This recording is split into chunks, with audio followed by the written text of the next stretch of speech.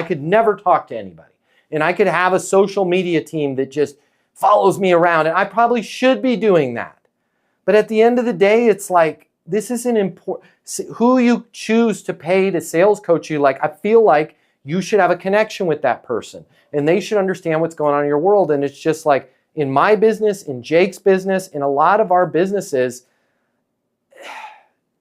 they know the difference between a fake diamond and a real diamond, you know? And the fact that you make an effort, the fact that you're trying, like the fact that you called and clearly made an effort to call them personally, it goes a long way.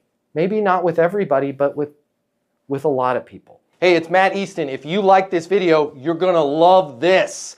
I'm gonna teach you how to close right here, right now. I'm gonna cover all the costs for you. We're gonna get you the closing mini masterclass. I pick up all the costs. It's free to you. I'll cover the $299. Click the link in my bio. You're gonna get access to the class. It's gonna show you how to close anyone, anytime, without being pushy or manipulative. Your life is about to change. We're about to become best friends. Click the link in my bio. I'll cover the cost for you to learn how to close.